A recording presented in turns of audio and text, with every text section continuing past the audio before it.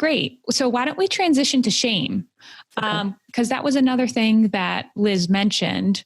That like once she started to learn the skills and understand how her anxiety and her OCD were impacting her life, once it showed up, even though she gained a sense of compassion theoretically and didn't necessarily think she was weak or crazy because she experienced anxiety. So she pretty quickly understood that this was a biological vulnerability and there was no reason to feel ashamed. And also in any given moment, as she experienced anxiety, she had a spike of shame, kind of thinking that she should be better by now. This experience shouldn't be happening. So do you have thoughts on that? Yeah, I mean, she had a lot of shame. I mean, I really appreciated her honesty about just the different experiences that she went through. And even going back to the shame that she experienced because she kept referencing that she was involved in health communication, and that she should know better too. But one of the things that I really loved was how she talked about when she noticed shame, recognizing that was when she was about to participate in OCD rituals. But that was sort of the trigger that she was about to, as she called it, going into Narnia. That's what you guys were talking about.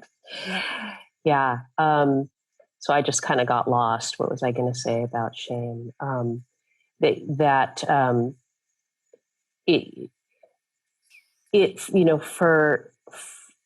For her, it was something that really kind of held her back, right? Mm-hmm. It made it hard for her to, I guess, to open up to some of the experiences of doing some of her exposure work and that kind of thing. It seems like with people with OCD, a lot of times there's this experience of shame that gets in the way of sometimes even getting treatment or participating in treatment, because there's a little bit of a sense of, or maybe even a lot of sense of, I know that what I'm going through sounds bizarre, at the same time, though, it feels so real and I feel like I need to, and there's that double thing going on. Yes, I agree. I think also when people have tried to get help and other people haven't understood, so it's not just a self-belief that it's strange that I'm having these thoughts and that they're causing me suffering, but sometimes people have actually been told by like loved ones or by other healthcare providers that these are not experiences that they can get help for, or they've tried to get help and it hasn't worked. So I think that can also contribute to shame and difficulty getting help. Yeah, that is for sure a reality of it, that a lot of times people don't understand OCD and they mistake it for something else and can have all sorts of consequences. But yeah, it can contribute absolutely to experiencing shame. And and then Liz had very high expectations of herself. And so it was hard for her to give herself the leeway to take the time that it needed to be able to learn the skills that she was learning.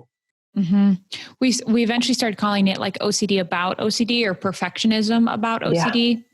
I also call that emotional perfectionism sometimes. So emotional perfectionism is believing that you're supposed to think or feel or have certain sensations under certain conditions.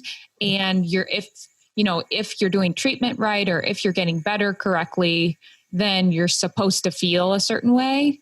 Or if you're a certain type of person, you're supposed to feel a certain kind of way.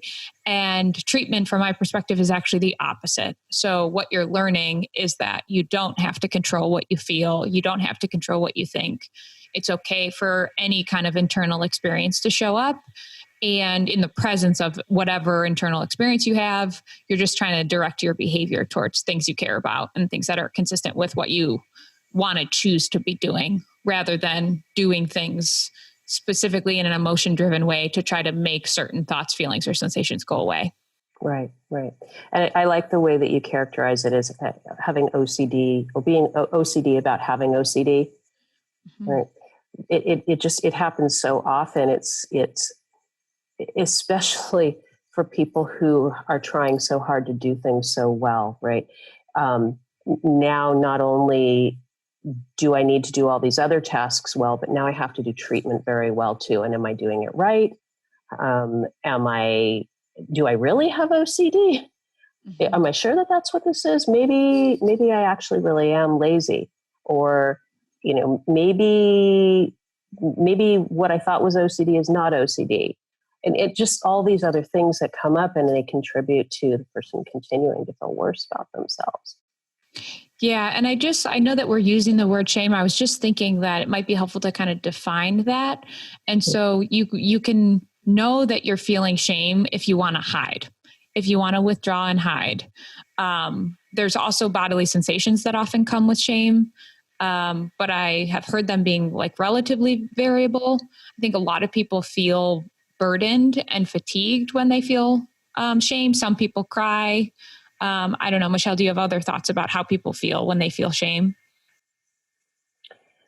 I think that there's a lot of embarrassment. And, when you say wanting to hide, sometimes it can be literally wanting to hide. And sometimes it can be, well, I'm not going to share certain bits of information.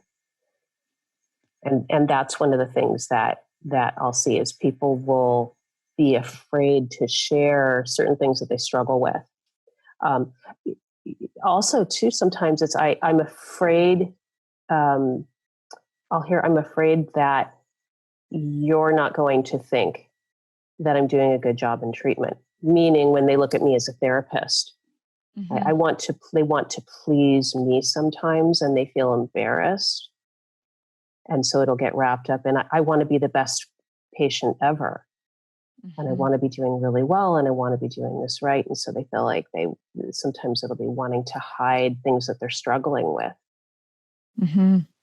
And I think that's where perfectionism and shame can be tied together. That if you feel shame about your own process, regardless of your content, then you might want to be doing something perfectly. And it might feel like you either want to be doing it perfectly for other people or for your therapist. But it often comes down to like fear that it means something about your process means something about you and you're not good enough in some way.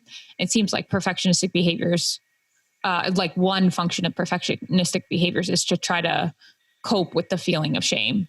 Yeah. And being exposed as something that you don't want to be.